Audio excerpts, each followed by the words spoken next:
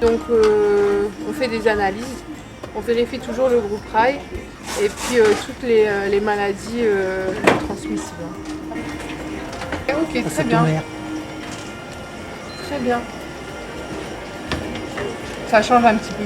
Ouais. Très bien, on fait un petit peu. Donc là on est parti sur un don qui peut durer à peu près entre 40 et 50 minutes.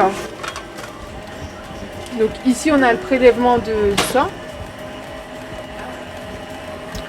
Ici le filtre. On va tomber ici le plasma et de l'autre côté on va retrouver l'hémoglobine pure.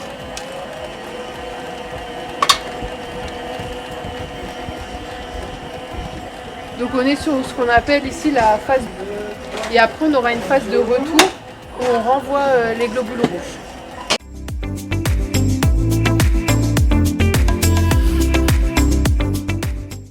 Alors je me présente, je m'appelle Vaillandé Jessica, j'ai 38 ans. Mon parcours scolaire, professionnel a repris en 2012 avec une entrée à l'ULCO, donc pour faire un diplôme d'accès aux études universitaires, ce qui m'a permis, donc une fois avoir validé le diplôme d'accès aux études universitaires, j'ai pu intégrer la préparation au concours d'infirmière, puisque mon objectif était d'intégrer l'école. Donc, ce qui m'a permis de prendre confiance en moi et de me présenter au concours. Donc, j'ai fait 1 an de DAU, puis 1 an de préparation au concours. Et ensuite, j'ai intégré l'école d'infirmière en 2014. Durant ces 3 ans, j'ai pu varier entre les cours à proprement dit avec les enseignants, puis les stages. Et ensuite, j'ai validé donc en 2017 mon diplôme d'état d'infirmière pour pouvoir faire ce métier.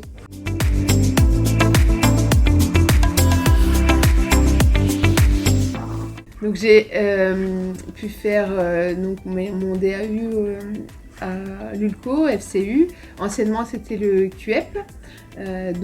J'ai choisi l'option littéraire. Il y avait aussi l'option scientifique qui se proposait à nous. Mais étant donné que j'étais plus à l'aise avec les matières littéraires, c'est ce que j'ai choisi. J'ai choisi comme matière principale le français et l'anglais, puisque c'est 2 matières obligatoires à choisir, donc j'ai pris ces 2-là. Et ensuite, en option, je me suis orientée vers l'histoire et la géographie. Donc j'ai pu valider mon diplôme d'accès aux études universitaires avec la mention bien.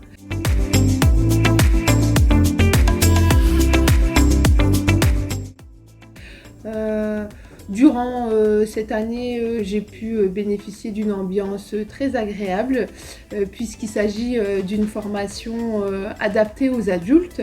Donc on prend en considération les besoins et les attentes des étudiants. Moi personnellement, étant maman, il y avait des moments où je devais peut-être m'absenter ou être un petit peu en retard, et tous ces points ont été soulevés avant et j'ai pu bénéficier du coup d'un enseignement adapté.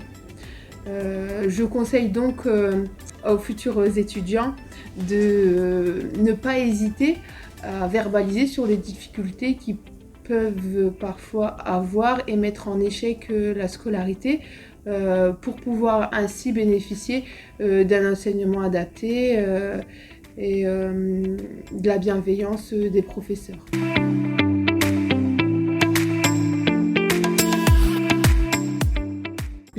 Avec l'âge, j'ai pris confiance en moi.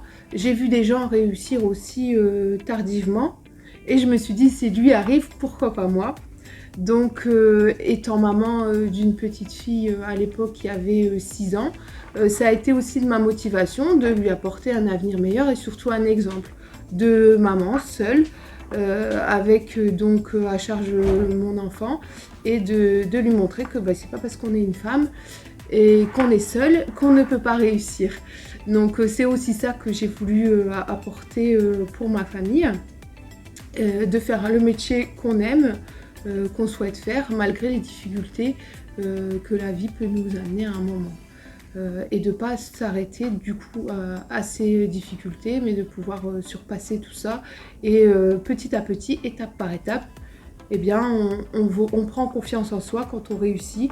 Oh, allez, j'ai réussi le DAEU, c'est bien, j'ai réussi le concours, et un an à la fois, durant ces 3 ans d'études, on réussit, on passe les étapes, hein, on pense que voilà, on est capable d'arriver, on se montre capable d'arriver à soi-même d'abord, et puis à l'entourage, et puis aussi à des inconnus.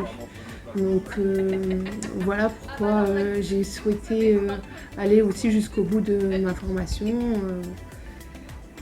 et de pouvoir faire un métier que j'aime.